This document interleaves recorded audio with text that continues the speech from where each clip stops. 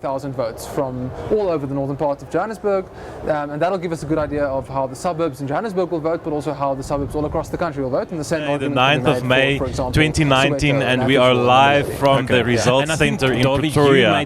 You're watching News 24 live. I'm joined here in our studio by resident elections analyst Davie Scholes and our resident political analyst Melanie Verwoerd. Good morning, Melanie and Davie. Did you get some sleep? Absolutely not. It's impossible to sleep in these conditions. Melanie, you got some sleep. You look fresh. A little bit. No, I just always look fresh. Excuse me. Yes. It is now 7:30 a.m. on Thursday morning. Let's look at the elections board behind us. Throughout the night, the results trickled in. I don't know if trickling is still the right word. It's kind of like slightly flowing in, maybe not streaming in yet, Davie. It started very slowly, I'd say, but we're now getting into the trickle flowing phase. Yeah. Trickle flowing phase. So let's just have a quick look at what's going on behind us on the floor of the nerve center of the elections commission here in Pretoria. We've currently got, Davie, can you see the total amount of votes there? 2.24 million votes. So 2.2 million votes have been declared nationally. At the moment, surprise, surprise, not. The ANC is leading by 1.2 million votes, followed by the Democratic Alliance on almost, 600,000 votes. And in a third place, the EFF with 178,000 votes. Pretty predictable so far, Davie Scholes. Yeah, I do think there was an outside possibility that this would be a very strange election. To me, it doesn't look like anything crazy is happening. Nothing is happening that is truly shocking us. And so I think we can start making some inferences about where this thing is going to go. Nothing crazy is happening. Nothing crazy will happen. Melanie, do you agree with that, what you're seeing? Yeah, I mean, there's something that is interesting is the Freedom Front Plus so far is now the fourth biggest party. So IFP is at this stage, but we have to say very few of the KZN results are in. But the IFP is not doing well at all. And it is interesting, the Freedom Front Plus is clearly doing really, really well, and particularly in white areas. I want us to get to the Freedom Front Plus, Dr. Pieter Groenewald and his party a bit later in this conversation, because I do think it may turn out to be one of the big stories of this election. Davie, let's start with you. News 24 this morning, for the first time in history, and I'm very proud of this, made an election projection. We projected based on your model that you built for us, your statistical model that we have explained, but that you can briefly just explain again to our viewers. We have projected that the DA will keep the Western Cape, so they will not go under 50% in the Western Cape, and that the ANC will keep the Northern Cape. Were those the first results? Were there enough results from those provinces that enabled you to make those projections? Yep. So I think the reason why we've gone with those two first is, as we've said, it's a trickle at this stage. We have about 2.2 million votes, so not that many votes. But a disproportionate amount has come from the Northern Cape and the Western Cape. So right now, 26% of all of the Western Cape votes have been declared. So we're making this projection based on about 26% of the votes. And in the Northern Cape, it's actually a bit more already. It's about 35% of all of the votes have been declared. So that, we feel, is a large enough sample to be able to draw very clear inferences from and to make a very stable projection. So just explain to our viewers, what are you staring in here? What are you looking at? I'm looking at our elections projection model, which is basically an Excel spreadsheet that kind of draws data in from the IEC and then uses that to make statistical inferences about the likely trajectory of the election.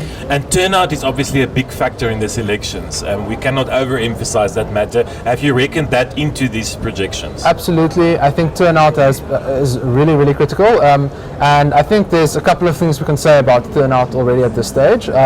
So maybe this is on the edge of a little bit crazy in this election, is that it looks like it's going to be quite a low turnout election. So we know there was a lot of rain about, we know a lot of voters felt frustrated with all the parties, and it just looks like we're not going to get anywhere close to the sort of 70% level that people were generally expecting. So right now, for example, the model is projecting 66% turnout for the Western Cape. That's significantly down on the previous election. So for example, in 2014, the last national government election, turnout in the Western Cape was 73.7%. So that's down 8 percentage points roughly, which is a lot, right? And we see the same pattern throughout the rest of the country.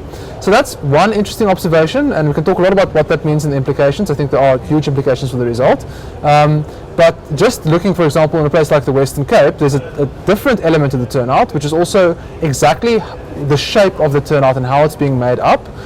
It clearly is coming very disproportionately from minority voters, and particularly from suburban minority voters. So if we look at the Western Cape, for example, and we look at the turnout pattern in places like Bellville and Durbanville and Mitchells Plain, that are kind of slightly more suburban, more minority voters, the turnout is about 76% in those places. Okay, so that's high. That's really high, relatively high. But then if you look at a place like Khayelitsha, the turnout is 63%. So the difference between 76 in a place like Durbanville and 63 in Khayelitsha has a huge impact on the outcome of the election. And we see that pattern in other provinces as well, by the way. Melanie, the political parties will spin this the way they want to, but broadly speaking, let's just talk about turnout for a moment. So there is one argument that a lower turnout means a consolidated democracy, that people are not that worried about who wins, that they are pretty happy with their lives. I've heard that on the floor. I'm not making this up. I've heard this from politicians on the floor.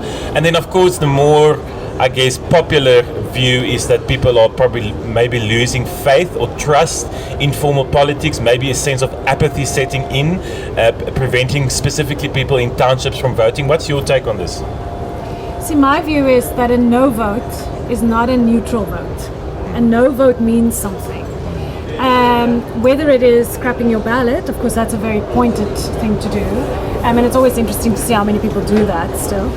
But then the other thing is people who decide, who are registered, who actually make the effort to get themselves registered and then decide on the day, I'm not going to go and vote. Unless there's, of course you can sometimes have problems and weather and that kind of thing, but it means something. And I think, yeah, that's politicians spinning it a little bit. I mean, it is a trend that in our democracy, I think there was one blip in the national elections where it did go up after having consistently gone down. But turnout has gone down, consistently. And I mean, we started off at, 110% in 1994. Of course, we didn't measure it then because we didn't have a voters' roll. But from then onwards, it started off being very high and has gradually got lower and lower. So maybe it is a sign of a sort of maturing of our democracy, that it's coming more in line with international figures.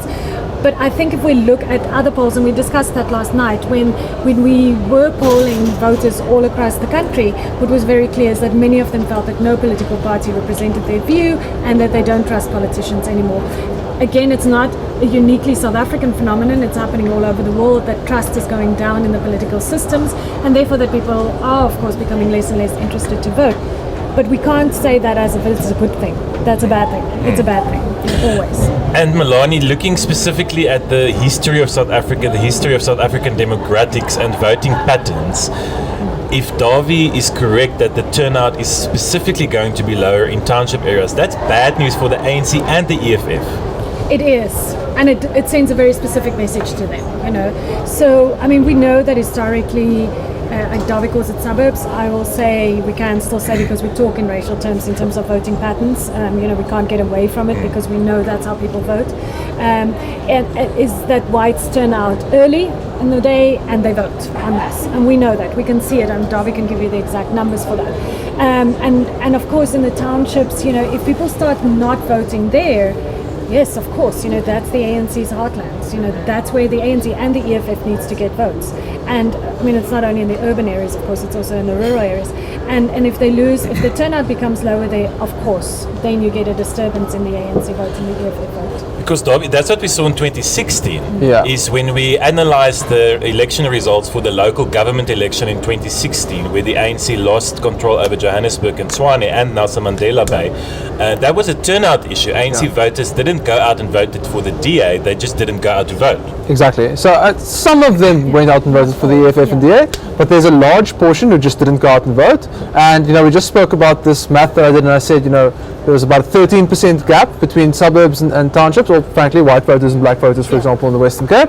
That was 18% in 2016, which is massive, right? 13 is still very big, but those are big numbers. But I want to say something, just one other thing about turnout, and it's actually having a very interesting additional impact on this election. It's early in the national election, but I've started to see it a little bit. is that within the black electorate as well, in the townships, we know that EFF voters are the least likely to go vote, the lowest propensity of those voters. So if we have low township turnout, which it's starting to look like, it's going to affect the ANC, yes, but it's going to disproportionately affect the EFF. And you know, we went in with quite high expectations for the EFF, you know, 9 to 12, almost doubling of the vote. In the early expectations, it's looking to me like they're not going to get there. They're not necessarily going to get to 11 or 12 or 10. Look, it's early, so I don't want to say that with ironclad We're yet. not going to project that. Yes, exactly. But it's starting to look that way a little bit, and I think it has to do with EFF voters. A lot of them either aren't registered or just didn't show up yesterday. Although the EFF did campaign very hard in the northern suburbs of Gauteng. I mean, if you drove down Rivonia Avenue in Sandton, it was EFF posters on every single lamppost. Even here in Tshwane over the last few days, we looked at the inner Yes. city of Pretoria, but that doesn't mean necessarily, I mean, that just means they had very active poster put-uppers, you know. And enough And money. taking nothing away from the EFF, I think they ran an excellent campaign. I just think that the voters they are targeting are voters who are disgruntled to some extent, who used to be really close to the ANC, but have now kind of been disappointed and have, I think, lost faith a little bit in the political process because they lost faith with the ANC, and now the EFF is trying to kind of pull them back in, but in a different direction, and that's a challenging task. So I have sympathy with the EFF. in this challenge. Can I just say something on Yes. the EFF quickly? I think the other thing is, of course, we know that the majority or bulk of EFF support lies in the youth, right? So and youth is a wide term, but in the under 35 age group. And we know that they disproportionately did not register, in fact, lower than they registered in previous elections. And so, of course, and then what we also know from previous elections is that the 18 to 30 year age group, even though they've registered very low, so below 56% or 55% in the 20 to 30 year age group and below 16% in the 18 to 19 year age group, of those who could have registered. But of those who've registered, we know from previous elections that less than 30% actually rock up on the day to vote. And that's an additional thing to the low turnout. So the EFF will disproportionately lose out because young people are, especially when it's bad weather, young people are even less inclined to come out to vote. So we'll dig into the EFF later today because it's still early days, as you said, Davy. Interesting patterns emerging. But let's dig into the Western Cape. Let's start with the Western Cape, which I think has been our biggest projection so far this morning. Do you say the DA will keep the Western Cape? Why? Well, I mean, right now they're kind of going towards 55, 56% in the model with a little bit of margin for error. But I think there are a couple of core drivers here. So the one is we've discussed, this turnout concept. So the DA voters voted disproportionately, definitely in the results we've gotten so far. The second one is just also in the black electorate in the Western Cape, which is an important portion of the electorate. You know, the ANC is hitting an historic low in the black electorate, like yesterday in the Western Cape. They're at 74.8%, which sounds high, and it is high, but you know, that's down from 78 in the previous election and from 85 in the election before that. So you know, 74 is a lot, but it's historically low for the ANC. And where is it going? It's actually going to some extent to both the DA and the EFF. So the DA is hitting an historic high in this election with 9% of the black vote in the Western Cape, and actually the EFF as well, 9%, which is really high for the EFF in the Western Cape. They've never been that high before with black voters. So I think that's the one thing. The other thing is, I just want to, you said that very fast, but I think that's important. So the DA and the EFF will get the most votes ever from black voters in the Western Cape. Yes, absolutely. I don't want to say that in real terms because turnout is quite low, but as a proportion, they're getting 9% of the total black electorate right now in the Western Cape, both of them equally, which is, I think, an excellent result for both those parties. And as I said, the ANC is at an historic low. David, just remind us what the DA received in the 2014 provincial election. I think it was around 59%. Exactly. 59.38. 59%. So on your current modelling, we're very certain that the DA will achieve a majority in the Western Cape, but they may go down from what they did in 2014. I think on the provincial numbers, the 59% that they got in 2014, I think it's very, very highly likely they'll be below that. So I think kind of 95% certain they won't hit 59 or more in this election in the Western Cape. And can you say where that vote may have gone to? Sure. Because it's not to the ANC. No, it's definitely not to the ANC. I think it's really two things. So a little bit at the margins to the Freedom Front Plus. So the Freedom Front Plus actually, even in the provincial election in the Western Cape, and I'm sure we'll have a long discussion about the Freedom Front Plus at some stage, but they're up to kind of 3-4% of the white vote in the Western Cape, which is, it sounds very low, but that's coming from almost nothing, so that's a lot for them. But then I think the one thing we haven't discussed yet is Pretoria de Lille, right, the Good Party. It's still kind of uncertain because they're so small, it's difficult exactly to project, but they're getting about 4-5% of the coloured vote, it seems, in the Western Cape. So, and 2 or 3% overall in the Western Cape. So it's not a lot, but it's enough for a seat in the provincial parliament. Yes. And you know, it's probably 4 or 5% that's coming directly out of the DA. Yes. So the DA is getting some extra votes through turnout and some extra votes through black voters, but they're definitely shedding a few white voters to the Freedom Front Plus and a few coloured voters to Good, I think. Melanie Verwoerd, you've got your white file here in front of you. I don't want to like it with Angela Agrizzi's black book. I think it's quite something different. It's a white file. Folder, yes. You've got everything here about the Western Cape. And every other province. And every other province. But let's stick to the Western Cape because it's also where you live. It's your home turf. You know the politics, the dimensions very well. What is going on with the ANC in the Western Cape? Has the party just given up completely? We're not allowed to swear on this channel, right? Because I would have used a good Irish expression. Who knows? I mean, it is extraordinary. You know, as much as the DA was really a lesson in self-destruction. You know, the ANC has been doing it just over a longer term. You know, they've had the Marius Fransman crisis, right? Of course, so that caused major issues. But they've had leadership issues for a long, long time.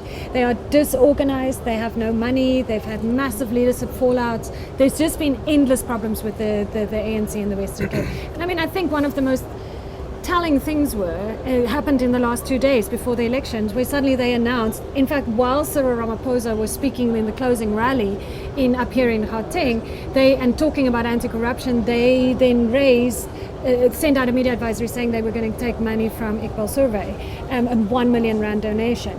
So they took that. Of course, then there's an outcry about that. Then they announced that they've given the money back. In fact, Iqbal Survey has come out and said they haven't given the money back. It looks like a tiny thing, but it shows you one massive disorganizational disorganization in that in the Western Cape ANC. So, I mean, I'm not surprised. I would guess, Darby, that the ANC is going to do worse than they did in from the previous. They had 30 to 33% almost provincially, and it feels like they will get less. And I mean, people were worried about the growth in the EFF in the Western Cape. I know we haven't seen Kailicha results yet, and that's where the EFF is the strongest. So we'll have to just wait and see that. But at the moment, the EFF isn't even really blibbing too much on the ANC, on the Western Cape numbers. Again, Freedom Front, interesting, because they were the 8th biggest party last time around with 0.55% provincially. So, I mean, lots of other parties like the Al-Jamaya party, COPE and ICOSA did better than them, even though they didn't get seats in the provincial legislature. So again, an interesting thing happening there with the Freedom Front Plus. Let's just stick to the ANC for a while. The ANC has traditionally done well in the beginning years in the Western Cape. I remember the National Party did win the province in '94, but I think if I remember well, when Ibrahim Rasool became premier, the ANC did win an election there. I mean, at some point the ANC was the majority party in the Western Cape. They brought in Ibrahim Rasool to campaign. I can't remember what they called him. He was like the face of the party, but he was with Faiz Jacobs, who's the secretary in the province. But what did they do wrong? Where were the big guns? Where were the Trevor Manuels and the real stalwarts from the ANC in the Western Cape? Why do you think they didn't at least try to win the province? It's so sad. When I joined the ANC, and I'm not no longer a member, I haven't been for many years. But when I was part of the ANC in the before the '94 elections, I mean, really, when you as the ANC went into any town, rural town in the Western Cape, and particularly when Alan Busak was still there, the town will come to a standstill. People will literally just flood onto the streets, and people would follow the cars and just shout Busak, Busak, or ANC, ANC. And then, of course, Tony Ngeni was there for a while. It was still okay. Ibrahim Rasool, it went okay, but then it started going downhill. The internal fighting started, etc. And then by the time Marius Fransman, of course, it was fine. And then, of course, the big crisis. I mean, it was just about fine. They were just about coping. And I think, the whole old UDF vote has gone, which is really, really sad, I mean, I think the fact that the UDF sort of got replaced by a Pretoria de Lille and DA kind of alliance in terms of voting patterns, is quite extraordinary. So I think there is a problem in the Western Cape ANC, but I think also then of course that the coloured vote, unlike in the Northern Cape, got very nervous in the Western Cape and moved to another party. Let's just remind our viewers that the results are changing by the second, by the minute. So if we look now behind us, the ANC is on 1.3 million national votes out of a total of 2.4 million. Still in second place, holding on strong, is the DA on 638,000 declared national votes, followed by the EFF on 192,000. Let's just look at some of those smaller parties, those new entrants, just for fun, to see how they did. So, Davy, the BLF came onto the scene with a bang, Black Land First, Land or Death. Their slogan that's now been declared hate speech. They're sitting on a very, very poor 1,490 votes at the moment. Any surprises there? No, not really. And I think it's maybe important to remind people who are watching that in the previous election you needed around 47,000 votes to get one seat in Parliament. So, yes. I mean, it could be lower this time around because it's determined by turnout to some extent. It's early days, but it feels so like a very long way for the BLF. From 47,000 is a long way off. It feels like a long way there. Let's go down. Let's look at the Purple Cows, the Capitalist Party. Lots of support on social media, but of course that doesn't mean support at the ballot box. They're sitting on 1,800 votes, so slightly higher than the BLF, but they also it seems like a long road to Parliament for them. Yeah, I think it's highly unlikely at this stage, and I think this is one party that maybe had the potential to actually get there if they managed to make a big enough media bang, I think, which at the end of the day they didn't. But yeah, I'm sure they will be extremely disappointed. But also by we need to say, Adrian, like they started very late, right? So I mean, and that's true of a lot of these smaller parties. They launched late. They came in with the campaign manifestos very late and so on. And I mean, it does show, and I'm sure this will become a story later on. It is tough in our electoral system to get votes, even though the threshold to get into Parliament is not that high. But it is tough. You need a lot of money to fight because we're a big country with a lot of 200,000 rand, right, just to get onto the national ballot. Yes. And then, of course, if you want to do all provinces as well, you need all in all, I think, over 600,000. It's tough. It's tough to get the media space. It is tough to get the money. It is tough to have the infrastructure to do it. Very few parties cope with doing that. Cope, you didn't mean the party cope because they're sitting on 9,400, long way to Parliament still. Let's look at the ATM, which is of course a party started by the Messianic churches of South Africa. Jimmy Manye is one of, or Mzwanele Manye is one of their leaders. They're sitting on 10,500. They may make it into Parliament. 6,500 is coming out of the Eastern Cape, unsurprisingly. And it should be said, the Eastern Cape currently has only reported 12% of its results. So there could be still like 88% of the Eastern Cape still has to come in. And so if they're currently at 10,000, I get the feeling they're going to make it. They're going to make it. That's one. Zwanele Manye to Parliament. To be honest, if he's number one. Maybe even two. There's a lot of Limpopo vote out. There's a lot of Gauteng Township vote out, and I think there's some potential for them to get a seat or two. And how is Claudie Motsoeneng doing? The African Content Movement, ACM. He should be. He's not doing good at all. 646, literally, not 1,000. 646 votes for Mr. 10%. Claudie Motsoeneng. Okay, so that's some of the interesting results. I'm seeing that good Patricia de Lille is on 20,000 votes. Yeah. She may be heading for Parliament or someone from a party. And the ACDP on 27,000 votes, coming in just behind the Freedom Front Plus. And then, of course, the IFP on 38. So the IFP is still the fifth biggest party, but the Freedom Front Plus making a massive showing. 85,000 votes. This early in the race, that's already almost 2 seats in Parliament. Yeah, that's a lot. Davy, what are you seeing from the Freedom Front Plus? It seems like you're suggesting they are taking away white support vote from the DA. Yes, absolutely.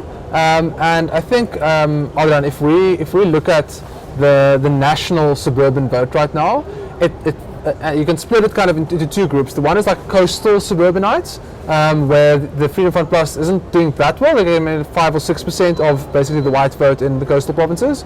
But then if you look at the inland provinces, the Free State, Gauteng, Limpopo, Mpumalanga, Northwest, they're up to like 15, 16, 17, 18% of the vote, all of it coming from the DA, of the white vote in the suburbs, yeah. So that's extremely significant, and I haven't checked it in a while, but the last national projection we had for them was something like 3.5 or 4%, which would be tremendous. I'm not sure if it's going to hold at that level. We'll have to wait and see.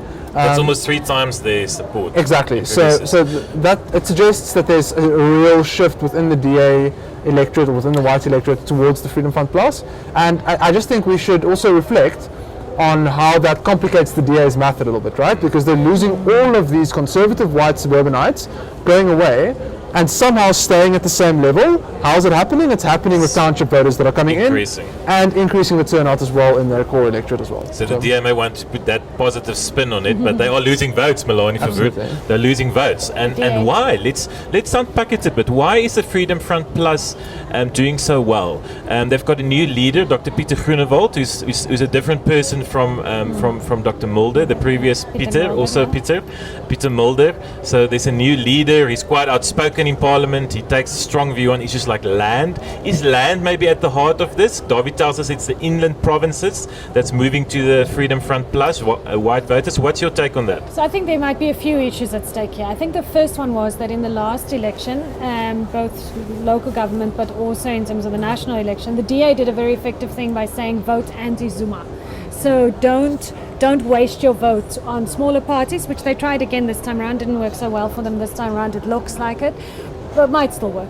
But the thing is that they said don't waste your vote, form a united opposition against Jacob Zuma. And people did not like in that communities, and particularly Jacob Zuma, and therefore that seemed to have worked. I think what's happening now is that the majority of whites have not a big problem with Cyril Ramaphosa. In fact, we know from approval ratings that he's doing very, very well. They kind of like him. So that argument's not going to hold. And therefore, what I think, and particularly amongst Afrikaans voters, what you're seeing is that they're saying, well, we like Cyril, so we don't have a problem with him. We're going to go back to a party which we believe represents us a lot more. I don't think they fundamentally, and particularly in those areas which you mentioned, I don't think people sat comfortably with the DA, which is still regarded as slightly more English, slightly more liberal, which is not quite the Afrikaner heartland of politics. And so I think what's happening is that people are saying, when it comes to schooling, Afrikaans language, our hatred for DSTV, whatever the case might be, and then in particularly expropriation without compensation, which really scared them. And the thing is, the DA, even though they're opposing it, they were a bit iffy on it. At times they didn't really go hard on that. Whereas of course the Freedom Front, that was their big thing as well. So I think that's kind of a natural thing that happens, that is happening at the moment, and interesting. It's going to be an interesting thing in Parliament happening. The campaign slogan was "Slaan terug," fight back. That. It reminded me of the Tony Leon fight back. Wasn't that exactly the? It was literally the same. Campaign in 1990. Was it 2004? 1999. Yeah. Was that strategic? Was that was very specifically chosen, and it's paying off, right? I think it was specifically chosen to juxtapose the Tony Leon era DA with the Musi Maimane and kind of late Helen Zille version of the DA, and I think it was a very intelligent move. I mean, it was kind of obvious, but a very, very effective move for that juxtaposition. But I just also want to add to what Melanie just said. I think the one thing that we have to say is I think it is very explicitly racial. The DA is talking about kind of race-based redistribution in South Africa, and they're also falling over their feet about it a little bit when it comes to affirmative action and black economic empowerment and all these things. But they are making noises about supporting those things, and there are conservative white voters who very actively oppose those things and who deeply believe that is just wrong and unfair towards them. And whether you agree with that or not, that is the case. And I think fundamentally that is what this is coming down to, is that there are voters who are at a policy level just not comfortable with where the DA is going, and this split is, I think, has been inevitable for a long time. What should be interesting, though, is to see what happens with the Freedom Front in the Western Cape, and to what extent did they actually in the end succeed in getting some coloured votes in there. Because of course this was something that Corne Mulder did, which was a bit interesting, and I'm not sure how well it went down in terms of the northern parts of South Africa. that he brought in Peter Maree Yes. as his mayoral candidate. the former or as mayor of Cape Town, and MEC for local government in the National Party still post 94. That's a controversial thing to do, not only because Peter Maree is controversial, but of course for the first time they actually brought in as a premier candidate. Now they do have a person that is not a white Afrikaans, he's Afrikaans, but what is interesting is that they do actually have a few, I think coloured, there might be an African one as well, local government people already, who councillors in the Western Cape, and so it's going to be interesting to see if they made any progress really in the rural areas of the Western Cape, and particularly also then in Bishop Laverstown where they worked quite a bit. Fascinating. Freedom Front Plus. Looks like it could be plus this year. Davie Scores will look into those numbers in depth a bit later. But speaking of rural areas, let's move to the Northern Cape. South Africa's largest province, but smallest amount of people who live there. Davie, ANC again. And we see this every time with an election, with a national election. The DA, Patricia de Lille was there, the EFF was there claiming that they're going to win the Northern Cape. Never happens. Yeah. It's a tough place to campaign, right? It's a giant province, little hamlets all over, not a lot of media penetration, not a lot of social media penetration. So the DA's kind of classic way of campaigning just isn't an easy fit for the Northern Cape. It's not easy to touch those voters and convince them. So can I talk about what the model is saying? Of course. So the model is kind of at this stage with about 35% of the Northern Cape vote in, projecting that the ANC will win something like 57-58% of the vote. So I think we're very confident that the ANC will carry the Northern Cape, but again, same as with the Western Cape, I think carry it with a reduced majority. So in 2014 they won 64% of the national vote in the Northern Cape. How much of the provincial vote did they win? 64. So 64 as well. So they're going to be down from 64 to about 57, I think. So -7, but still carrying it. And my battery has died, so I don't know all the numbers anymore. But it seems to me also driven by turnout. So white turnout much higher than black and colored turnout in the Northern Cape, and also a bleed off in the black electorate thank you guys. A bleed off in the black electorate for in the Northern Cape for the ANC. So I think again, I don't think the exact number now, but the ANC at an historic low in the Northern Cape with black voters, and it's going to the DA and the EFF as well. I think more to the EFF in the Northern Cape than in the Western Cape, but it's the same dynamics at play. Melania, are you surprised that the ANC's hung on to the Northern Cape? No, I was always very suspicious because remember the DA was very strong that they were going to take the Northern Cape, that this was going to be their big thing. The three provinces that they were talking about, Western Cape that they'll retain that, Northern Cape that they were going to take it with over 50% of the vote, and then they said they were going to push the ANC down under 50% in Gauteng. That we'll talk about later.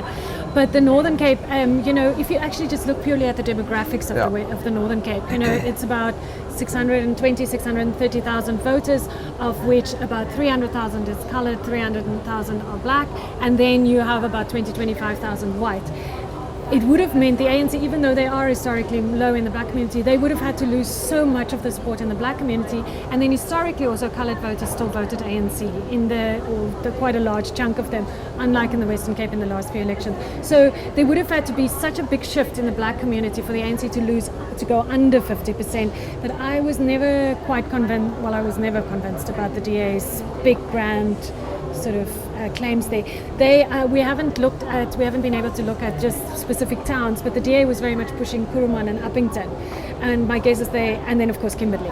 But so I don't think they did so well in either of those in the end. Yeah, they didn't. If you look at particularly the coloured electorate in the Northern Cape, it's kind of roughly the same voting pattern than it was last time, so not significant inroads for them there. The inroads actually more in the black electorate, which is interesting.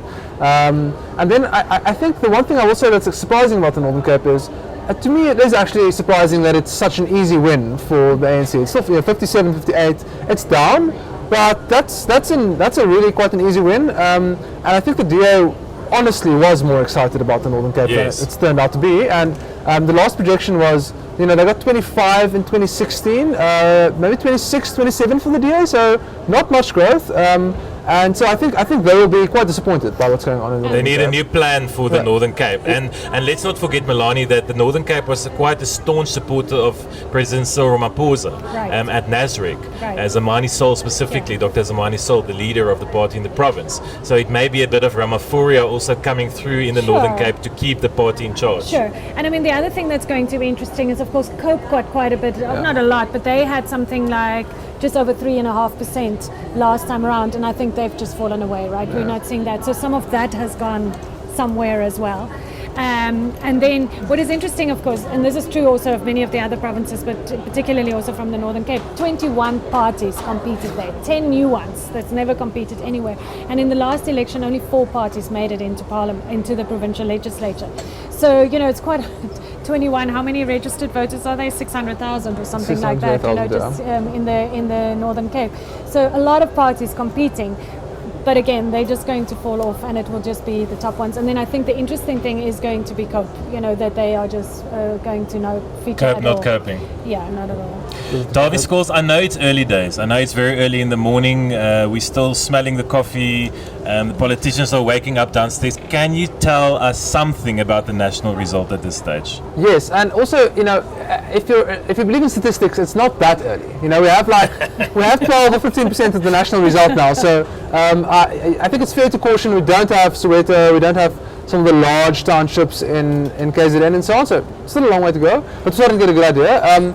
So I think some high-level views. The one thing is this turnout thing we spoke about just now seems to be true nationally. So particularly in Gauteng, for the early results, massive gap between suburban turnout and township turnout in favour of suburbs. So that's the one thing. And That's low turnout in general. Those real numbers bring down the national turnout. exactly bring down the national turnout. And you know, if there are like vast swaths of voters in the rural Eastern Cape, the rural KZN, rural Mpumalanga that didn't go vote, that's going to affect the ANC number in a significant way. So I think that's the one thing to look out for. The other one is I think the Freedom Front Plus discussion we've had.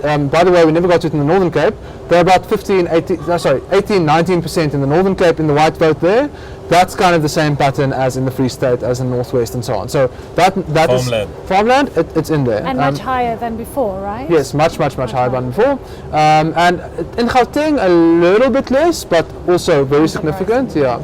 And then I think for me the critical number for this election, and particularly for the one fascinating one we haven't discussed yet, is the Gauteng provincial elections. Yes. Is basically what's going to happen in the townships in Gauteng. Yes. And I can't wait for Soweto to start reporting, because I'm going to watch Soweto with an absolute hawk's eye. It's 10% of the entire province lives in Soweto, and you know, Cyril Ramaphosa is from there, very popular from there. We know all the parties made a massive push there, and you know, very early results seem to suggest that the ANC is kind of coming in at the same level as 2016, which would imply a very close election in Gauteng. So I think Gauteng is going to be an interesting one to watch. The next time you see Davy Scholes, we will be unpacking Gauteng.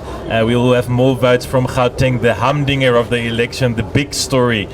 So far, the biggest stories, as my wonderful, lovely expert colleagues have reminded us, is turnout, lower turnout in South Africa. South Africans didn't go to vote. A lot of you didn't go to vote, even though we ask you so nicely to do.